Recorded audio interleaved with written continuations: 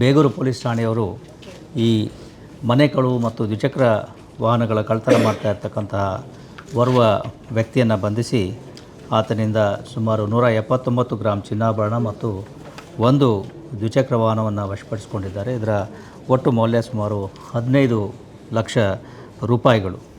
ಇದು ಘಟನೆ ಆಗಿರ್ತಕ್ಕಂಥದ್ದು ಕಳೆದ ವರ್ಷ ಸೆಪ್ಟೆಂಬರ್ ತಿಂಗಳಲ್ಲಿ. ಈ ದ್ವಿಚಕ್ರ ವಾಹನವನ್ನು ಮನೆ ಮುಂದೆ ನಿಲ್ಲಿಸಿದಾಗ ಅದನ್ನು ಯಾರೋ ಕಳ್ಳತನ ಮಾಡಿಕೊಂಡು ಹೋಗಿರ್ತಾರೆ. ಅದರ ಆಧಾರದ ಮೇಲೆ ಪೊಲೀಸರು ತನಿಖೆಯನ್ನು ಕೈಗೊಂಡು ಈ ತಿಂಗಳ ಫೆಬ್ರವರಿ 7ನೇ ತಾರೀಕು ಆ ದ್ವಿಚಕ್ರ ವಾಹನವನ್ನು ಕಳ್ಳತನ ಮಾಡಿರ್ತಕ್ಕಂತಹ ವ್ಯಕ್ತಿಯನ್ನು ಹುಡುಕಿ ಪತ್ತೆ ಹಚ್ಚುವಲ್ಲಿ ಯಶಸ್ವಿಯಾಗಿರ್ತಾರೆ.